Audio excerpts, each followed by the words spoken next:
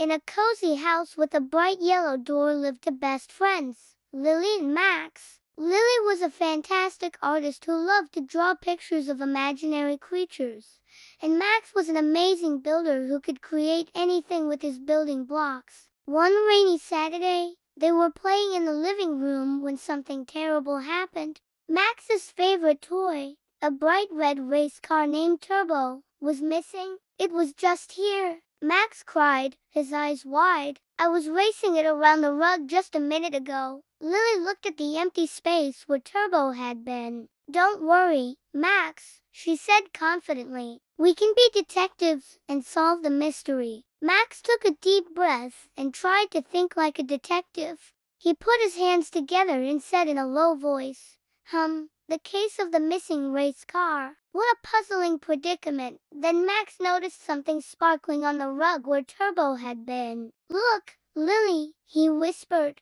It's a clue. It was a trail of tiny, sparkly glitter. That looks like the glitter from my magic wand, Lily said, touching the trail with her finger. She followed it to the kitchen, where it led right under the table. Max carefully peeked under the table and gasped. What is that? He whispered. At first, Lily couldn't see anything. Then she bent down and saw a small, fluffy feather lying on the floor. It looked like it had fallen from a bird's nest. A feather, Lily said thoughtfully. That doesn't seem to make any sense. The glitter trail continued past the table and out the back door. Come on, Max said, taking Lily's hand. Let's follow it outside. As they stepped out into the garden, the rain had stopped and a beautiful rainbow stretched across the sky. The little race car was nowhere to be seen, but the glittery trail continued on. It led them past the rose bushes and the vegetable patch and then ended right at the foot of their big oak tree. What do we do now? Lily asked,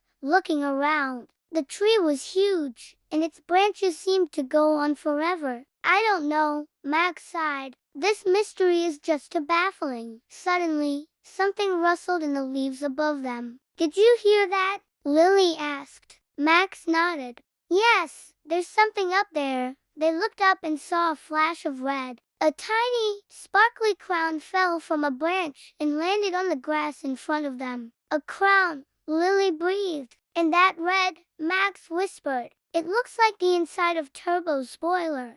Just then, they heard a small voice. Who's there? The friends looked up and saw a little squirrel peering at them from a branch. Hello, Lily called up to her. Do you know where the race car is? The squirrel tilted her head. Race car? I might have seen something. I'll lead you to it. The squirrel jumped onto a lower branch and beckoned to the children with a flick of her tail. Follow me. They did and soon came to a part of the tree where several little squirrels were scampering around. The biggest one, a handsome squirrel with a bushy tail, noticed the children. Hello, he greeted them warmly. I'm the leader of these squirrels. What brings you to our tree? We're looking for a red race car, Lily explained. The squirrels all looked at each other. Oh, you mean Turbo? The biggest squirrel asked. He's over there. He pointed with his paw to a cozy nest made of leaves and twigs high up in the tree. He was just here,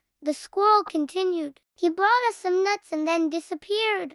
Max looked up and saw Turbo sitting quietly inside the nest. There he is, Max whispered. He was so relieved to see that Turbo was safe. Thank you, he said to the squirrels. We'll take him back now. Max reached up and gently offered the squirrel a handful of nuts from a pouch he always carried. The squirrel, happy with the new snacks, dropped Turbo into Max's hand and chattered happily before scampering away. Max hugged his car tightly. I'm so glad we solved the mystery, he said. Me too, Lily smiled. Now let's go inside and have some hot chocolate. We deserve it after being such great detectives.